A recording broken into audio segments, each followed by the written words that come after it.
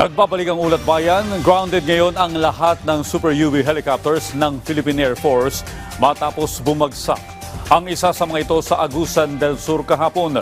Yan ang ulat ni Gab Villegas.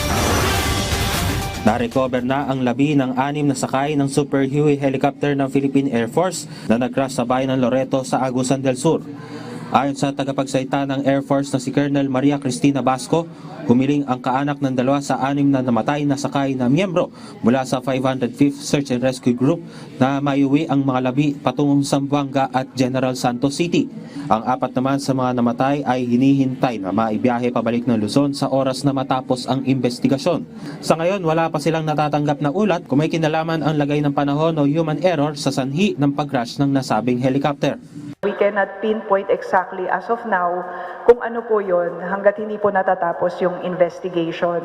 Ayun po yung masusing pag-aaralan ng ating mga aircraft investigators so that we would know the cause of the mishap po.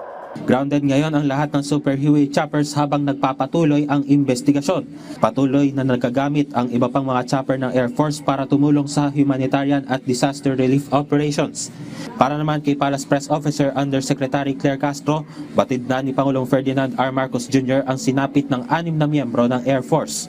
Pinapaabot niya ang kanyang pakikiramay sa pamilya ng mga nasawing mga bayani ng ating bansa at ang lahat ng tulong na nararapat ay dapat na iparating sa mga naapektuhan na pamilya. Nagpaabot na rin ng pakikiramay ang Department of National Defense sa mga kaanak ng mga namatay sa nangyaring chopper crash. Sinabi rin ng DND na ang kanilang dedikasyon sa tungkulin at sakripisyo ay palaging maaalala lalo na sa kanilang paglilingkod habang hinaharap ang epekto ng Bagyong Tino.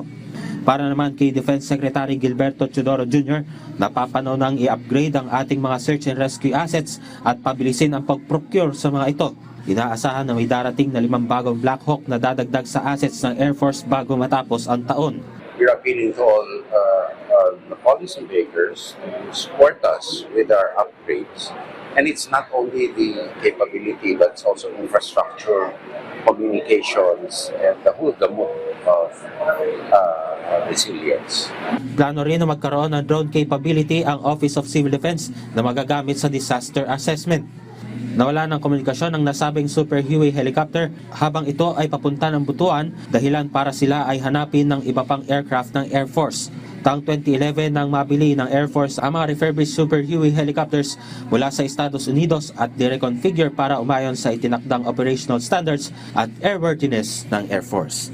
Gab Villegas para sa Pambansang TV sa Bagong Pilipinas.